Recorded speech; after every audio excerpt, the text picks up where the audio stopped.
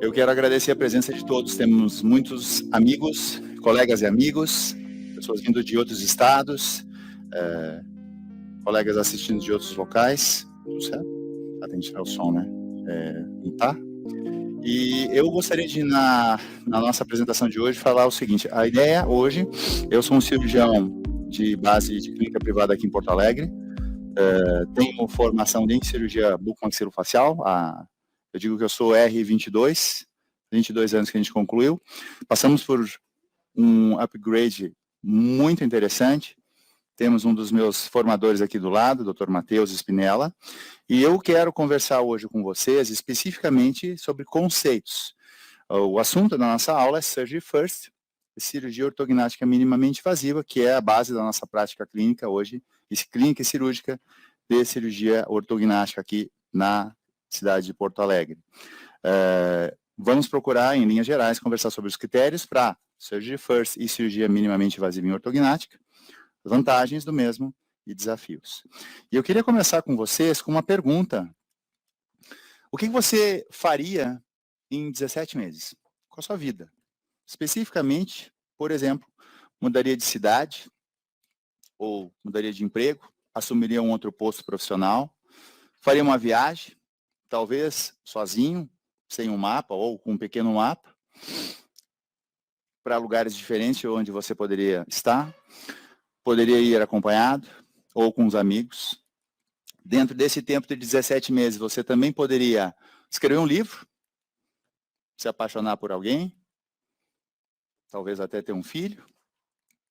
Ou seja, esses 17 meses que, por um estudo de um pesquisador inglês, que ele fez uma pesquisa muito interessante. Ele buscou verificar quanto tempo se leva para fazer a ortodontia pré-cirúrgica em cirurgia ortognática. Quanto tempo leva e por quê? E ele fez um estudo retrospectivo e verificou que a média de tempo para se realizar um preparo ortodôntico cirúrgico convencional era em torno de 17 meses. No artigo ele conclui que é interessante antecipar para o paciente que eventualmente necessitar desse tempo de preparo para esperar ou se preparar para um tempo entre 1 ano ou 2 anos. E seguindo adiante, nesse N de 65 pacientes, ele fez um estudo retrospectivo de 5 anos. Então, no final dessa conversa, eu gostaria que vocês saíssem daqui, independente de serem cirurgiões ou não, podendo responder essas perguntas, ou seja, Surgery First, como conceito para cirurgia ortognática minimamente invasiva, você tem que saber quando, tem que saber por que indicá-lo e como indicá-lo. E pensando nisso, a gente vai acabar desenvolvendo um raciocínio com vocês que é sobre evolução. Hoje, nós saímos do Homo habilis para o Homo digitalis e, com isso em mente, nós passamos pela palavra evolução. E se nós avançarmos um pouco mais, nós temos a palavra mudança. E mudança, para nossa visão, é o único elemento constante na vida. Ou seja, é impossível você ficar parado sem evoluir. Se você ficar parado, você vai andar para trás. Se você se esforçar, você vai passar adiante, vai fazer mudanças de paradigma.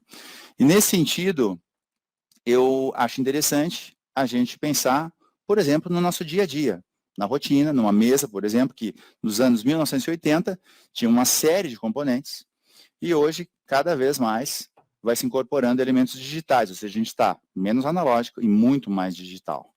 Até, hoje em dia, uma mesa de trabalho se compor de um notebook e praticamente mais nada. Ou um celular, eventualmente, no futuro talvez a gente nem use celular. Então, indo mais adiante, a gente procurou pensar alguns elementos teóricos para embasar a minha ideia da conversa, onde nós vemos que o conceito de surgery first e cirurgia ortognática minimamente invasiva, a partir do que nós sabemos, pode ser respondido de algumas formas. Eu primeiro estou colocando uma palavra um pouco mais forte, que é dogma, ou seja, algo em termos de preceito ou doutrina, que é de caráter indiscutível. Então, quando a gente fala de alguma coisa que é indiscutível, um exemplo pode ser no artigo de 1976, do Worms, um ortodontista conceituado, ele cita da importância de se ter um preparo ortodôntico pré-cirurgia ortognática e da dificuldade de se fazer uma cirurgia ortognática primeiro, antes de ter um preparo ortodôntico. E no que ele baseia esse conceito? Principalmente na posição, na interdigitação de incisivos. Ou seja, isso acaba se apresentando como algo de caráter indiscutível, que se mantém até hoje. Tu pega um estudante de odontologia, um pós-graduando de ortodontia, e você vai propor para ele surgery first, ele vai dizer, tá, mas como é que nós vamos ter um engrenamento dentário adequado? Perdão, só com ortodontia pré? E nem sempre a resposta é essa. Claro, em situações de classe 3 ou classe 2, a gente acaba tendo variações dessa diferença de um perfeito engrenamento dentário pós-ortodontia para um engrenamento onde a correção dentoesquelética, principalmente esquelética, permite um trabalho ortodôntico pós-cirurgia. Posto esse conceito, vamos adiante. E vamos seguir com alguns cirurgiões de renome, um deles é o Digman, provavelmente 90% dos cirurgiões daqui têm uma cópia desse livro, e ele já em 1944, lógico, tudo estava engatinhando, nós não tínhamos cefalometria padronizada, nós não tínhamos diagnóstico virtual, baseava-se num conceito quase que artístico de correção de deformidade dentofacial. Nesse artigo ele publica em 44, 2 casos de osteectomia do corpo mandibular para recuo mandibular e bloqueio intermaxilar, a tecnologia disponível na época, e vocês observam aqui, 0 brackets. E o paciente com uma correção de defeito, um acesso extraoral, enfim, para aquela época, era o disponível. Mas já se propunha um conceito de cirurgia primeiro e ortodontia depois. Seguindo adiante, Skeggs, em 1959, quando se chegava quase a 100 anos pós a primeira cirurgia mandibular, propõe também que a cirurgia ortognática seja realizada antes da ortodontia, com alguns conceitos, como para classe 3, cirurgia é o primeiro passo da correção. Já incorporava a questão da ortodontia, porém, não num nível tão importante que fosse indispensável como diretriz de trabalho se fazia a ortodontia antes. Seguindo mais adiante, nós vamos para o trabalho de Epiker e Fish, que também 95% dos cirurgiões daqui dessa sala deve ter uma cópia dele. Então, esses dois autores, em 1977, já propõem também como diretriz primária de trabalho, nesse caso, nesse artigo que publicaram, falando sobre correção de mordida aberta, e vários ortodontistas aqui talvez se arrependem de olhar um caso desse e não pensar ou cogitar em se fazer ortodontia primeiro. Mas o que esses cirurgiões tinham, por um centro de tratamento de deformidades dentofaciais de excelência, no Texas, Estados Unidos, era a proposta de, como princípio primário, abordagem padrão, cirurgia o mais cedo possível, para que se obtenha o resultado estético agradável, para que se obtenha movimentos ortodônticos que podem ser obtidos com mais facilidade e segurança. Leia-se, bases esqueléticas corrigidas, menos resistência muscular contra o movimento ortodôntico, e eles já pensavam alguma coisa em termos de aceleração regional, ou uma cirurgia sendo realizada primeiro, se teria um movimento dentário ortodôntico mais acelerado. E seguimos adiante com as vantagens por esse mesmo grupo da Surgery First, onde se obtinha uma estética facial rapidamente, ao contrário de fazer uma ortodontia que muitas vezes poderia levar anos, fato que a gente acaba vendo. Padrão de deglutição e fala são melhorados mais rapidamente, de forma precoce, e os movimentos são acelerados. A segunda conjunto de vantagens, a cooperação do paciente, e aí nós trazemos um aspecto importante, que é a parte emocional do paciente. Ou seja, o paciente que faz a sua correção estética facial tende a cooperar por um tempo maior nas consultas de revisão. Nós vamos ver num outro artigo de Surgery First, do grupo de Barcelona, em que se verificou isso claramente. Então, a cooperação do paciente pós-cirurgia durante a ortodontia tende a ser maior, até durante um tempo, alguns estudos já falam sobre 9 meses, mas isso é um fator a ser levado em conta. Além disso, os movimentos dentários acabam sendo facilitados por essa posição dentária com a base óssea adequadamente posicionada, e a musculatura não vai trabalhar contra. A estabilidade ou do resultado acaba sendo, na maioria das vezes, tão boa ou superior do que a abordagem tradicional. Seguindo adiante, nós trazemos só uma referência do professor, do cirurgião gastrointestinal Henrik Elek, da Dinamarca, onde ele postula o conceito de recuperação rápida, para vocês terem uma noção do contexto. Ele, nesse artigo, ele publicou um trabalho onde ele verificou que o tempo de internação para pacientes de cirurgia de colo do intestino grosso, que variava entre 5 a 10 dias, ele consegue, numa série de casos, obter 2 dias de internação, discharge. Então, é um artigo interessante para quem se interessar no futuro, verificar esses conceitos. O Dr. Rogério trabalhou isso de maneira brilhante hoje de manhã. E, seguindo mais adiante, nós chegamos em termos dos cuidados tradicionais para o paciente cirúrgico. Me permitam, vou passar adiante, que não é o assunto da aula.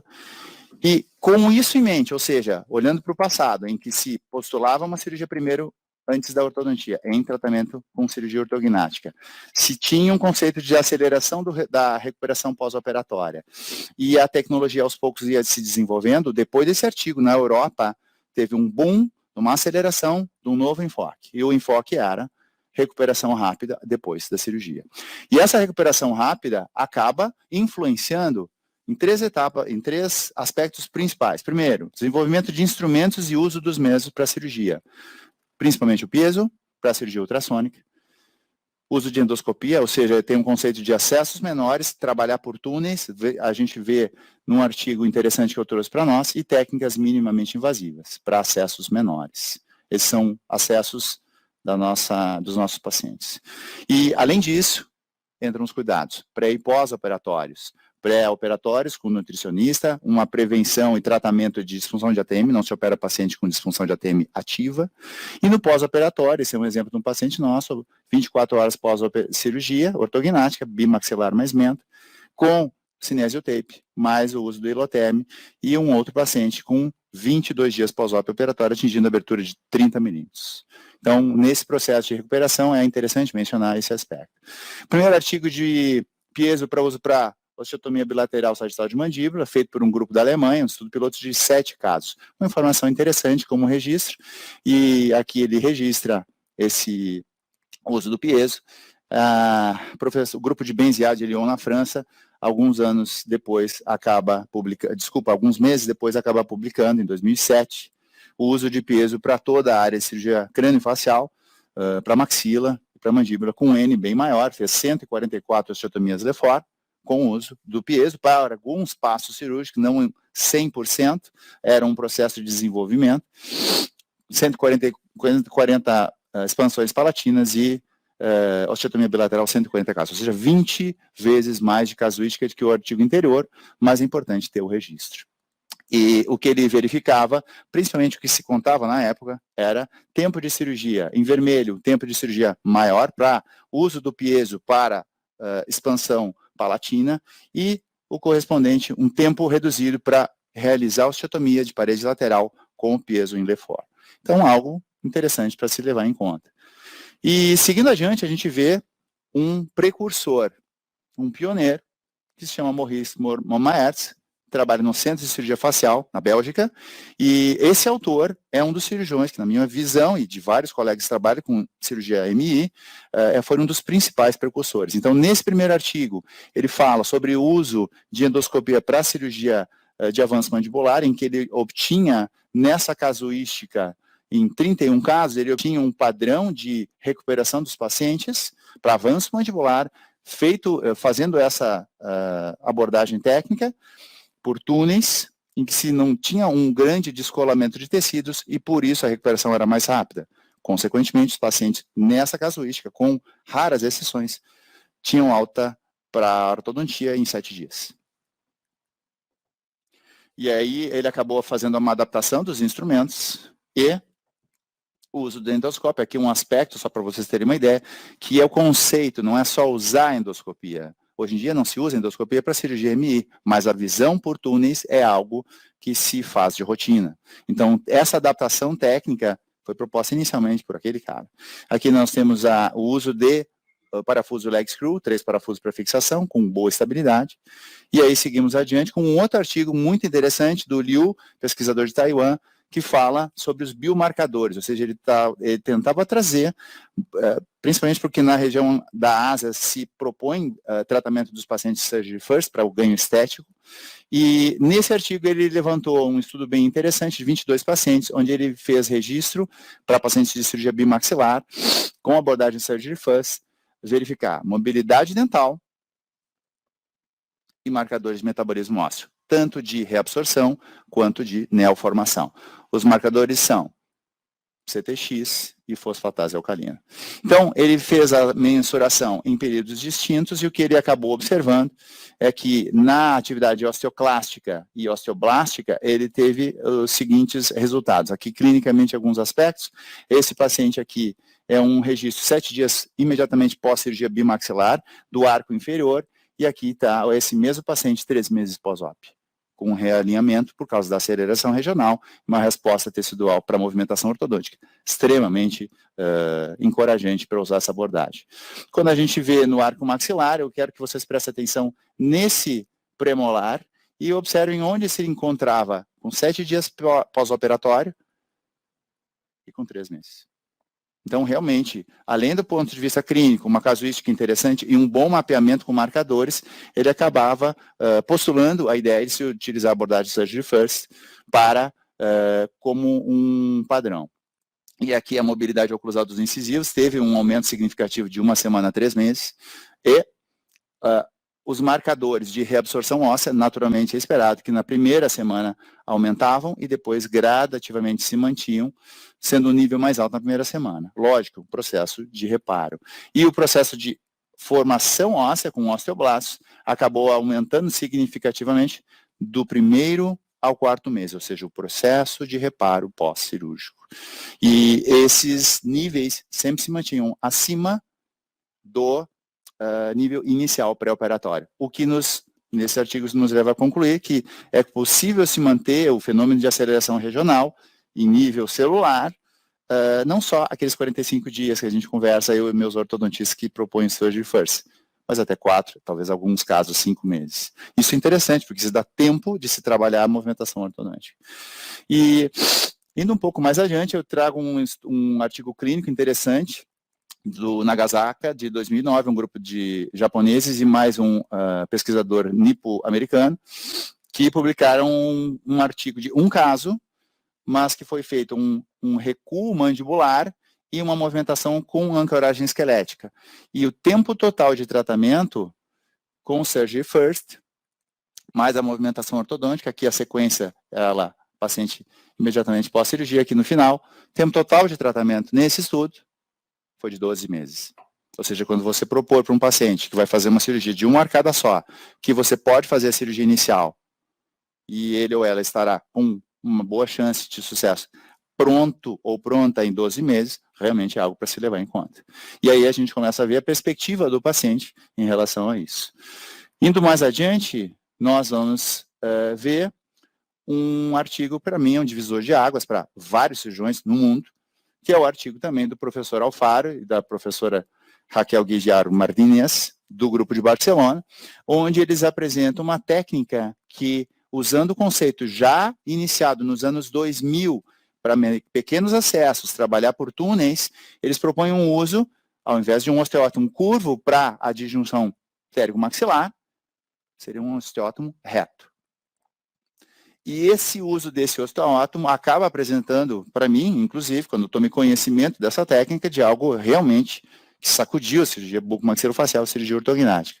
Então, com esse conceito em mente, nós temos aqui algumas imagens do artigo, onde nós temos a técnica twist, ou seja, uma rotação em sentido medial do formão, e com isso se obtém a adjunção pterigo-maxilar. Existe outros grupos que fazem variações dessa técnica, ou uso de outros dispositivos, mas o principal era que o professor Alfaro conseguiu ter um corpo de evidência com mais de 1.200 casos, quase 1.300 casos, numa série de 10 anos. Ou seja, isso realmente é algo para a gente respeitar. No mesmo ano, ele publica, em 2013, uma revisão de Surgery First para a cirurgia ortognática, uma série de 45 casos, onde ele postula também a previsibilidade dessa abordagem e graças a 2013, nós estamos falando de 9 anos a menos. Hoje, nessa época, nós estamos dando um salto de tecnologia digital para a ortodontia. Todos os ortodontistas daqui devem ter ouvido ou já foram abordados por algum representante de alguma empresa de alinhadores, ou seja, a tecnologia digital está batendo na nossa porta do consultório. Todos os cirurgiões daqui já devem estar escutado falar, ou pelo menos considera a possibilidade de ter VSP como uma empresa terceirizada ou in-house. Então, se juntam esses dois usos de tecnologia digital e a gente tem setup ortodôntico digital, uma conversa direta ao ortodontista-cirurgião e o planejamento cirúrgico ortodôntico. E aí nós temos o exemplo de um caso, 0 brackets, 4 parafusos de bloqueio, uma guia cirúrgica produzida 3D e cirurgia primeiro e depois ortodontia, um dos exemplos dos casos. Esse artigo elenca a sequência do diagnóstico, VSP, cirurgia, ortodontia 2 semanas depois da cirurgia, liberando o paciente, e eles acabaram verificando um tempo médio de tempo de tratamento ortodôntico pós-cirurgia de 37,8 semanas. Traduzindo em português, 9 meses e meio. Ou seja, é um tratamento que precisa de um ortodontista com experiência em cirurgia ortognática, precisa de um ortodontista que esteja disposto a acompanhar o paciente com frequência. Nesse artigo eles citam troca de fios a cada 2 semanas, mas independente disso, seja o meio mecânico de obter a movimentação, a equipe precisa estar muito dedicada, muito centrada no cuidado com o paciente. E realmente recomendo a leitura desse artigo. Aqui eu mostro um caso do nosso colega Stefan Cardon, em que a gente estava conversando, estava nascendo um caso de Surgery First, onde ele pegou o STL do paciente, a gente já tinha discutido um pouco, conversado, né, não discutido, discutido ciência, e ele já propunha o quê? Um setup ortodôntico pós-cirúrgico, o que ele conseguiria. E a gente não estava atrelado àquele dogma de um bom engrenamento de incisivos. Por quê? Porque hoje a gente tem ancoragem ortodôntica absoluta, a gente tem mini implante, a gente tem buccal shelf para se trabalhar, a gente tem uma série de vantagens técnicas que hoje nos permitem, inclusive em casos em que não se tenha uma inter-relação tão favorável de incisivos, se fazer surgery first. Se faz um setup ortodôntico, em muitos casos dá para se fazer uma osteotomia em bloco, com peso, com segurança, e se obtém essa interdigitação. Isso, inclusive, é proposto pelo grupo Dr. Alfaro nos artigos. Um outro caso de surgery first, em que se fez um setup ortodôntico pós-cirúrgico. O paciente finalizou, liberada 2 semanas pós-cirurgia, fez um escaneamento, e aí se faz o clean check, para quem trabalha com Invisalign já sabe, o clean check pós-cirurgia, se discute o ortodontista com o cirurgião, propondo, né, olha, não vamos perder esse ganho do avanço mandibular, vamos projetar, vamos mexer um pouco mais na maxila, na mandíbula. E isso é muito interessante, porque é extremamente versátil, como vocês veem aqui, e quem trabalha com alinhadores já sabe. Então, desculpa, não fiz menção, meu colega Dr. Roberto Costa, que é ortodontista e cirurgião. E seguindo adiante com uma revisão de literatura, eu recomendo a leitura, não vou delinear tudo, mas eu recomendo a leitura desse artigo do professor Huang, de Taiwan, onde ele menciona as vantagens que já são citadas por vários autores em relação a Surgery First. E ele coloca como dificuldades do ortodontista no tratamento de Surgery First, que seriam a dificuldade de fixação do fio passivo no pré-cirúrgico, imediatamente no pré-cirúrgico, um dia antes ou 2 dias antes, soltura de brackets, o movimento, presença de terceiros molares inferiores para serem extraídos. Claro que hoje eu vou ter chance de mostrar até para vocês um caso em que a gente fez tudo isso, extração de terceiros molares, Surgery First, e depois a paciente foi para alinhadores. Mas são alguns elementos que o professor Huang cita, e ele coloca como termos de estabilidade de Surgery First, o protocolo tradicional, um valor similar. E, além disso, ele coloca esse questionamento que eu acho muito interessante, que é o seguinte, por que você precisaria de 12 a 18 meses de ortodontia pré-operatória se você pode ter um resultado com cirurgia primeiro e depois ortodontia? Então, ele finaliza com isso. Mais um artigo do grupo de Barcelona, uma revisão sistemática, recomendo a leitura, é um artigo excelente, tem muita citação de artigos que eu trouxe aqui por essa revisão, e um outro artigo do grupo do professor Momartz, da Bélgica, falando sobre o Fast Track Orthognathic Surgery, ou seja, ele pega aquele conceito de 1999 e traz uma revisão baseada em evidências de todos os preceitos ou sequências para se obter, por procedimentos, de obter o Fast Recovery e com o conceito de Fast Track Surgery, ou seja, conceitos que estariam incluídos na consulta inicial, 2 semanas antes da cirurgia, no dia, na sala cirúrgica, no pós-operatório imediato e na alta do hospital. Claro que a gente hoje só cita uma série de assuntos, o Dr. Rogério trabalhou muito bem isso. Indo mais adiante, uma revisão sistemática do pesquisador Al-Nasseri e o professor Gwen Sweeney, que eu acho excelente, porque ele também traz a questão da abordagem minimamente invasiva, e o que se usava, o que indicaria o potencial de se fazer cirurgia ortognática minimamente invasiva. Nessa revisão sistemática, em que ele pegou 403 artigos, até o ano de 2016, desses, 44 buscavam elencar o potencial da cirurgia ortognática minimamente invasiva. E desses 44, 25 citavam o uso do piezo, 17 endoscopia em cirurgia ortognática, ou seja, um conceito de acessos por túneis, e 4 acessos minimamente invasivos. E a conclusão dessa revisão sistemática principal é 90,9% dos pacientes das cirurgias ortognáticas minimamente invasivas acabariam se direcionando para o uso de piezo, vimos vários cirurgiões mostrando o uso do piezo, e acessos menores. A endoscopia acaba, na minha visão, respeitando o artigo, ela não é uma condição essencial para fazer cirurgia MI. Inclusive, tem professores de centros formadores de cirurgia MI que não usam endoscopia para suas cirurgias. Um artigo que eu acho interessante, um colega meu fez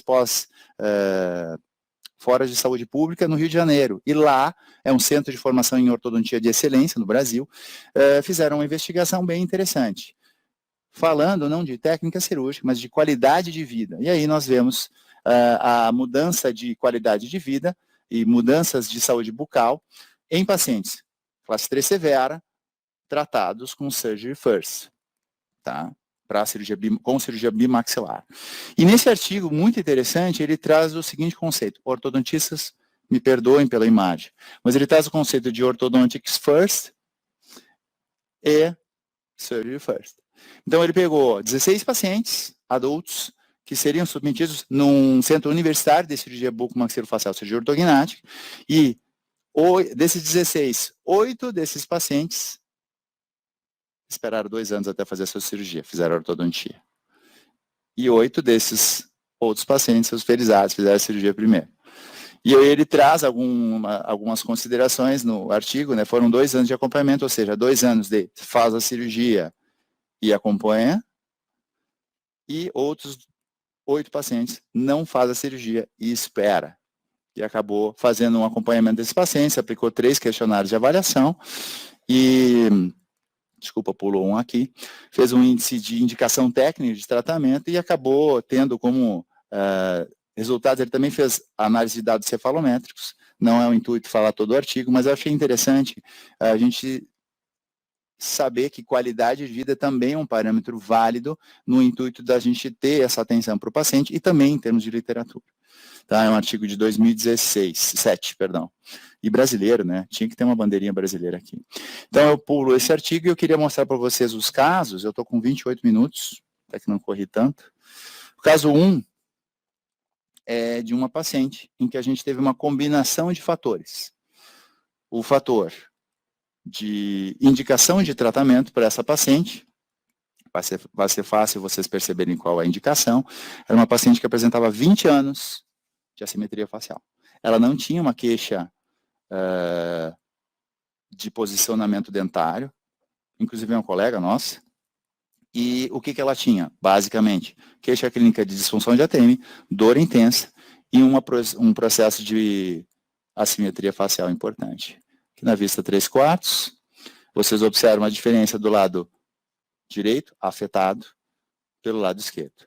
E na avaliação clínica a gente já começou a ter algumas ideias. Uma das queixas também era estética, posição, projeção do mento. Nós moramos no Rio Grande do Sul, que tem uma miscigenação grande, então tem miscigenação de ascendentes alemães, ascendentes italianos, acaba essa projeção de mento é mais comum aqui.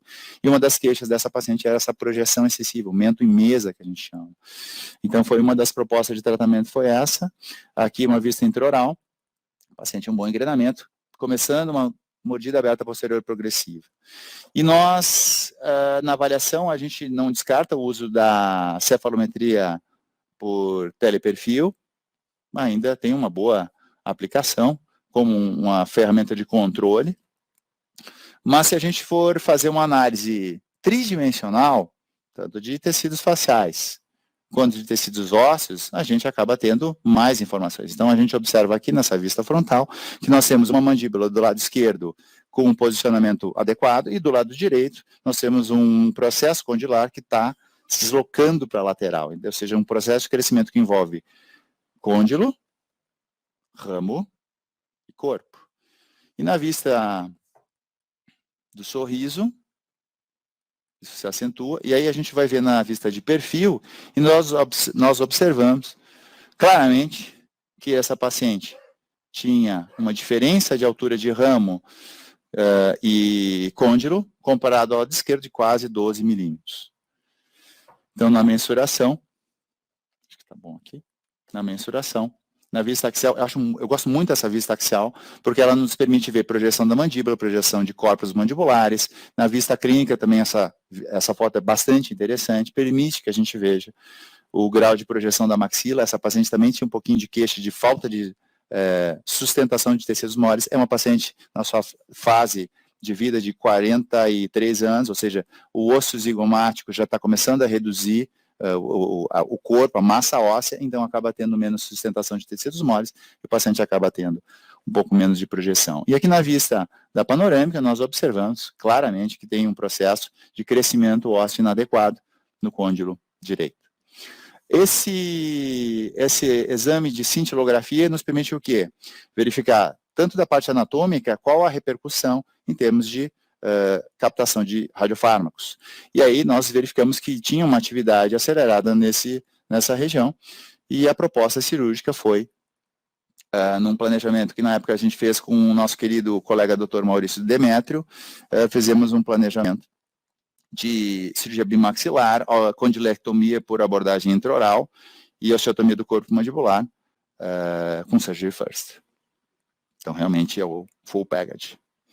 E aqui está uma visão do planejamento pós-operatório.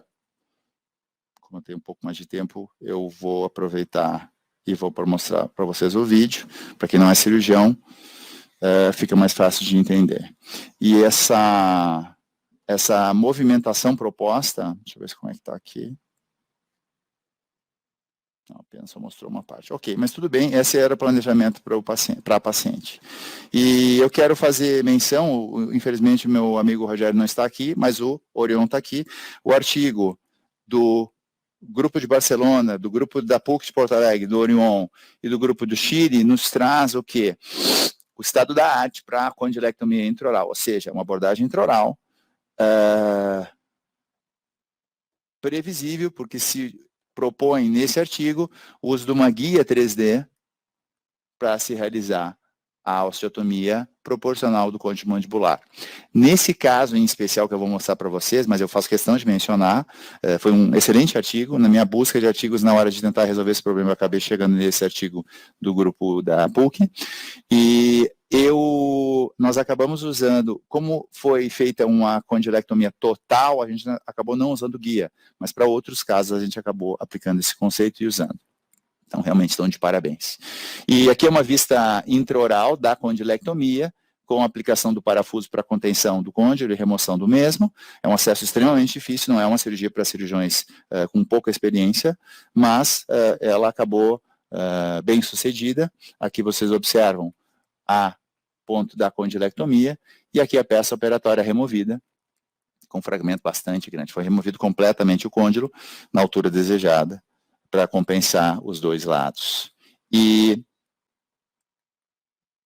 diagnóstico foi osteocondroma, com a nossa equipe parceira da medicina digital, a doutora Manuela Martins. E aqui um aspecto interessante.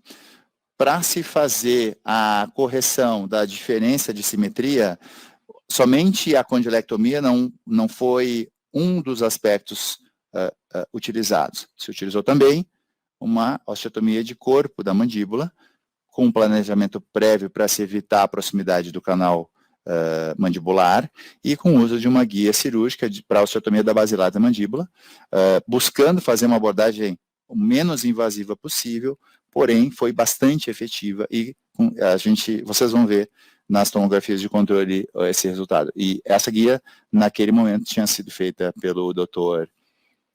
Maurício Demetrio, da equipe da PSP. E aqui está o controle pós-operatório de 9 dias, essa paciente somente colou botões, depois ia fazer o escaneamento para o clean check e fazer o tratamento com alinhadores, ou seja, além de surgery first, além de condilectomia intraoral, com osteotomia de basilar de mandíbula, ela ia fazer com alinhadores. Aqui um controle, uma radiografia de avaliação pré-operatória, controle pós-operatório, com um aspecto que eu acho interessante, eu gostaria de detalhar mais para vocês, que é isso. Não vai aparecer no YouTube, né? Então acho que vou aparecer aqui. O reposicionamento do ramo dentro da cavidade glenoide, ou seja, a ação muscular, feita uma osteotomia adequada, um equilíbrio dos dois lados da mandíbula, gradativamente a gente já tem um reposicionamento adequado da altura do ramo e reposicionamento na cavidade articular. Esse é o controle pós-operatório de 9 dias. Com o trabalho conjunto com a nossa parceira de fisioterapia, a doutora Ana Falck, nós temos um pós-op operatório de 16 dias, 26 milímetros.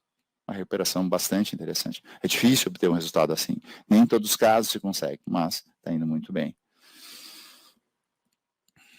E aqui são alguns aspectos clínicos dessa paciente, o pré-operatório, vista de perfil, 14 dias pós, 30 dias pós.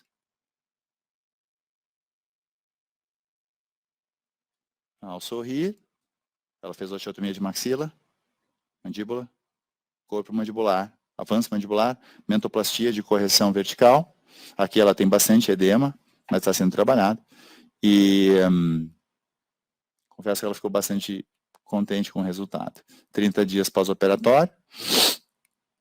E aqui na vista frontal. Eu acho interessante esse controle para se verificar que casos assimétricos não são tão, vamos dizer, são muito desafiadores, mas hoje com um padrão de tecnologia digital que a gente tem disponível, eles não deixam de ser desafiadores, mas a gente consegue ter mais previsibilidade com o uso de abordagens 3D, por um bom planejamento virtual, com o apoio de profissionais que nos, vamos dizer, quase levam pela mão para se obter os resultados, realmente a gente acaba conseguindo.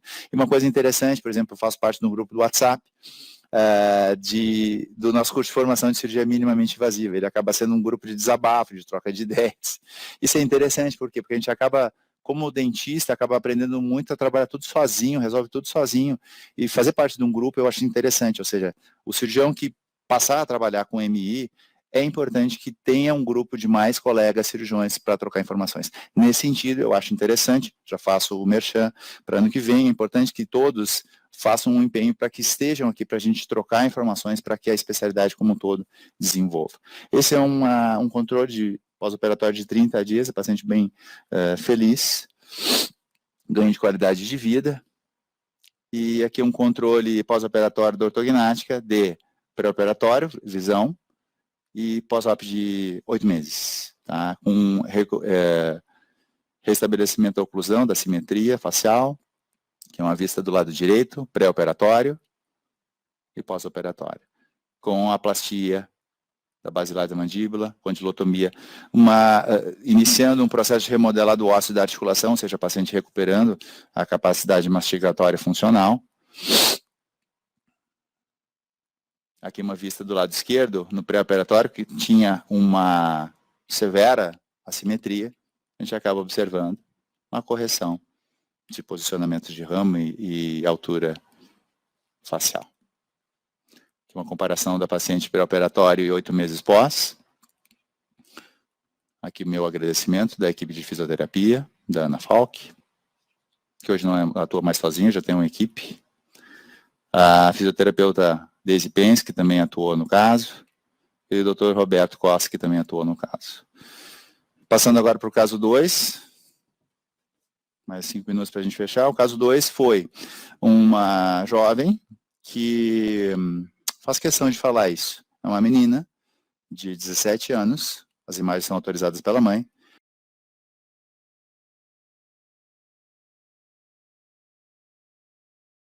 Ou seja, ela está com passagem marcada. E ela acabou chegando para nós, eu já estava há 1 ano, vamos dizer, esperando para fazer a cirurgia da mesma, e ela acabou fazendo a cirurgia conosco em março. E o pedido dela é o seguinte: doutor Luciano, eu preciso estar no campus em agosto. Aí eu, tá bem, vamos tentar. Então a gente observa um prognatismo, um pequeno desvio da mandíbula para o lado esquerdo. Não é uma paciente com assimetria, mas tem esse prognatismo mandibular. Eu gosto de utilizar a referência do professor Alfaro, de uma linha do nasal mole para o incisivo superior, como uma referência de posicionamento antero-posterior da face, para se buscar a recuperação da projeção da face, além da simetria. É uma das metas, inclusive, que ele postula nas suas apresentações. E aqui nós observamos a paciente, principal queixa dela, realmente é a projeção mandibular. E uma paciente que não tinha um padrão de compensação dentária, e na análise de cefalometria a gente observa uma projeção mandibular, uma posição em relação ao crânio um pouquinho mais avançada da mandíbula, e no planejamento, utilizando software, a gente acabou propondo um avanço maxilar e um pequeno recuo mandibular, por surgery first. Então aqui são as imagens da simulação, e uma coisa que eu acho interessante se comentar é isso. Cirurgia óssea a gente está acostumado, agora essa ferramenta de comunicação, podem falar o que quiser, ela é excelente para o paciente ter uma noção do impacto de tecido mole. É o que realmente o paciente enxerga, é o que o paciente todo dia vê. O paciente não vai ver um esqueleto. O paciente se vê, principalmente uma outra coisa, o paciente vê frontalmente. O paciente não vê perfil. Quem vê perfil fomos nós, ou alguém tira uma foto desse paciente. Ou seja, o que o paciente tem controle é isso. Então, o que a gente puder apresentar para ele ou ela vai ser de valia. E no processo de decisão de tratamento, eu quero mostrar para vocês, ó, esse aqui é a condição pré e pós, e aqui uma projeção, uma sobreposição, perdão. Então, aqui tem pré e pós. Um pequeno recuo mandibular e um avanço maxilar. Aqui é uma vista da correção do posicionamento da mandíbula, pré e pós, na simulação. E aqui está a paciente, 12 dias pós-operatório. Uma boa recuperação. Duas imagens da esquerda e da direita são da paciente com 12 dias pós-operatórios. Aqui uma pequena comparação. Antes da cirurgia. Pós-cirurgia. Aqui, nesse dia, ela teve alta por ortodontista. E aqui da vista de 3/4, 12 dias pós-op, e um comparativo pré e pós-op. Mais um controle, vista no sorriso de perfil.